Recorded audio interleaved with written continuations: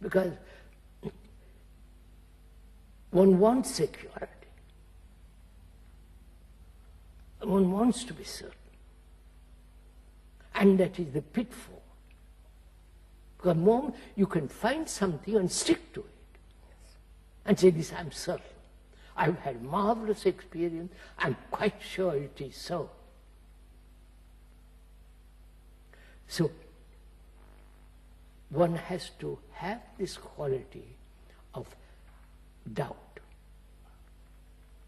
Doubt everything, your own experience, your own thinking, and all the inhibitions, all the aspirations, all the imagination, doubt all that. Because it's one of the strange factors in certain religions like Buddhism and Hinduism. Doubt is encouraged. Doubt say you must doubt, you must question. In Christianity, that's taboo altogether. Yeah. If you doubt it, the whole thing will collapse. And the heretic, those who doubted were burned, destroyed, and so on. We won't go into all the power. So, can a human being who has been nurtured in all this, educated, conditioned in all this, put aside all that? That's the first question. To have a brain that has no problems, because a problem that is not resolved totally creates other problems. So the brain is constantly faced with problems. And so it's in travail, it's in conflict, it's perpetually battling with itself. So, not to have conflict. Then the brain begins to be free, and then begin to inquire. Otherwise you can't inquire. If you are a student or a research professor or inquirer into any material thing, you inquire, you research, you don't cling to anything, you don't cling to a former knowledge or former experience. Is that limited? Move on. But we don't do that. So, religion then is an inquiry, and that inquiry has no path, no direction. You follow it becomes extraordinarily subtle. There must be no motive. If you have a motive, it already set the course. Yeah. So are you also saying that the inquiry must continue, that you don't arrive at a point where you stop inquiring or whether you have an answer, so-called, but that spirit of continuing inquiry? This is a rather difficult question to answer.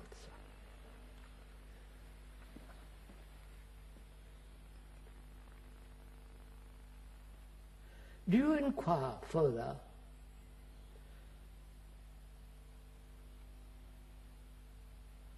if you come to something that is not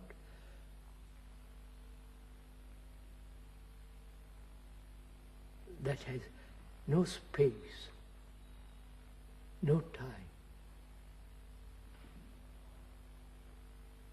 No such. When we talk about inquiry, who is the inquirer? We'll come back to that old thing. The inquirer is the inquired. I don't know to make myself clear on that point. That is, I inquire into matter through telescope, through all kinds of experiments. I inquire. But The person who inquires is different from the thing he's inquiring. Yes. Right? That's clear. But here, in the subjective world, in the world of the psyche, the inquirer is part of the psyche, is not separate from the psyche. If that is clear, then the inquiry becomes has quite a different meaning. Are you saying that then there is only inquiry? There is no inquired or inquirer? No, I would say there is only infinite watching. There is no watcher in watching. Yeah. But the extraordinary vitality and the energy in watching. Because you have watched yourself, watched the whole psychological world, subjective world, before you come to that point. And now, when you are watching, there is no background which is watching. There is only watching as is. I don't know if I'm making myself clear. Because you see, that means in great attention. In that attention, there is no entity who is attending. There is only the attention that has space, the attention that is totally quiet, silent, attention that has tremendous gathering of energy, and therefore there is total absence of the self-interest. And is that possible for a human being to reach that point? And human beings find this terribly difficult. Therefore, you come along and say, no, my friend, do this, do this, do this, get that. I'm your guru, you're my spiritual authority, and I'm caught in again. This has been the process. You can see it through wherever there are the saints, the spiritual hierarchy which recognizes the saint. And this process goes on all the time. So man has been incapable of standing on his own feet. He wants to rely on something.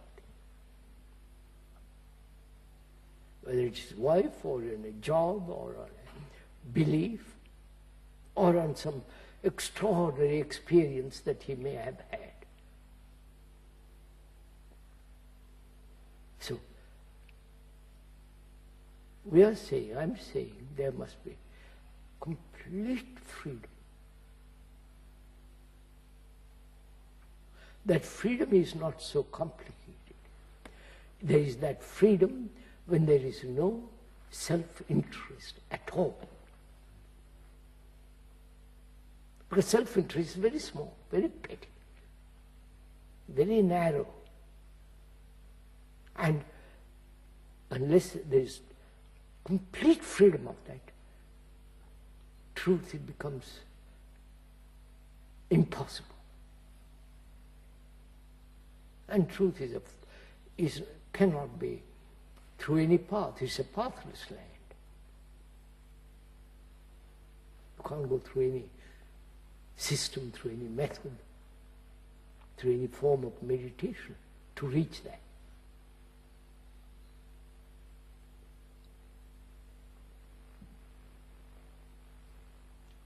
There's really no reaching. It is.